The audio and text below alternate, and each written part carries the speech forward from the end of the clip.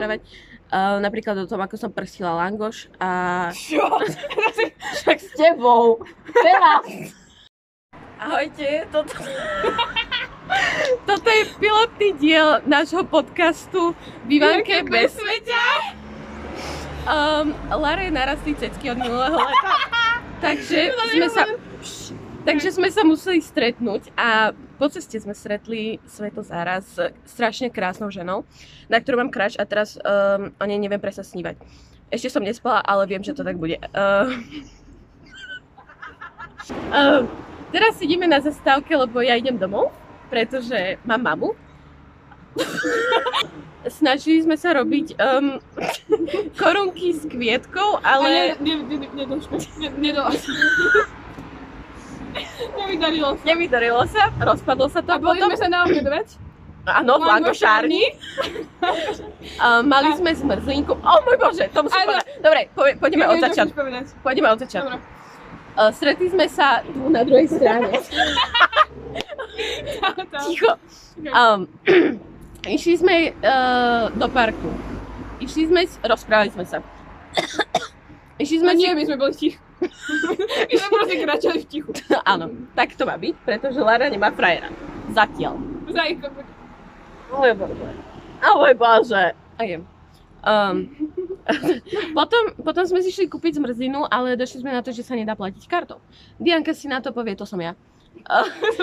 Dianka si na to povie, OK, idem si vybrať z bankomatu, lebo 3 kroky odtiaľ je bankomat. Prvýkrát neviem PIN, druhýkrát neviem PIN, že to už je podozrivé, že dobre. Tretíkrát nezožralo mi to kartu, že dobre. Skúsim posledný krát a karta nevyjde. Že ups, volám na to číslo, kde mám volať. No a oni, že nepracujú, takže dobre, že fungujú len bankomaty a že dobre.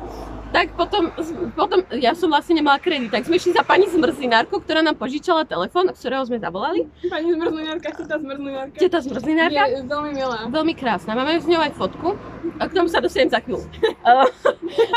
Išli sme naspäť, točili sme nejaké videá, boli sme veľmi awkward, to sú tie baby, čo boli tam. Okay. To bolo random. Dobre, pokračuj. No a potom sme sa vrátili za pani zmrzlinárkou, že či sa s nami neodfotí, pretože je krásna, bola veľmi pekná a niečo na nej bolo iné. Vyťažlivé. Veľmi vyzeralo, že sa s nami nechce odfotiť, ale odfotila sa s nami. Milá žena. A potom sme veľmi trápne odkračali. Potom sme si išli kúpiť pitie. Lare sa všade po zemi, po polke obchodu rozsypali peniaze. Takže brali, že 5 centovky. A ja som ju mala zatvorenú a ak som to otvorila, tak všetky také zo spodu. Ja som ju mala prevrátenú a my sa všetky také zo spodu začali sypať. A ona, že ja som to mala zatvorené, ja som to mala... A ty si sa tam začala rehotať a ona padla na zem a sedela tam na zemi celá červená a ja som si tam zbierala tie eurička, ne? No. A tam bol taký dedo a on úplne, že girl. A potom sme išli do pokladne, tam bol taký dedo, sa pozeral na ten birel, že girl. Potom nám to akože dal. Vrátili sme sa s plechovkou a s fľašou do toho zberofľaškomatu a vrátili sme to a ten pán, že dnes som vás tu už videl. A ja, že A potom sme šli do langošárne. Langošárne. U Mikyho. Choďte navštíviť, majú tam úplne úžasné langoše a veľmi milý personál, až na to, že sú tam deti, ktoré neznášam. A ukradli nám nuggetky. Reálne nám nejaký dedo zobral nuggetky a potom my sme pol hodinu čakali na 5 nuggetiek a ja som na to povedala, že sú to bobky. Tak sme proste odtiaľ vybehli. Lebo ona na celú langošáre nemám zase. Že na toto som čakala pol hodinu, na tieto bobky. Na tieto hovna sme čakali. A my sme vyšli a tam bola taká teta a ona sa úplne tak usmiala len.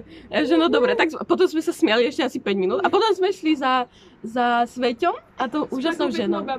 O môj Bože, ona bola strašne krásna. No a povedali sme im, že či si nespravia podcast. S nami.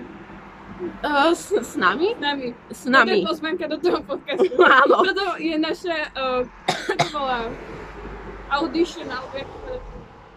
Prihláška. Alebo jak to povedať? Ja neviem, čo myslíš.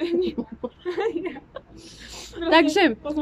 Pozvánka, my sa poznáme sa. K vám do podcastu. Do podcastu, áno. Asi kedy. Želám vám všetko pekné, dúfame, že tento podcast sa uchytí.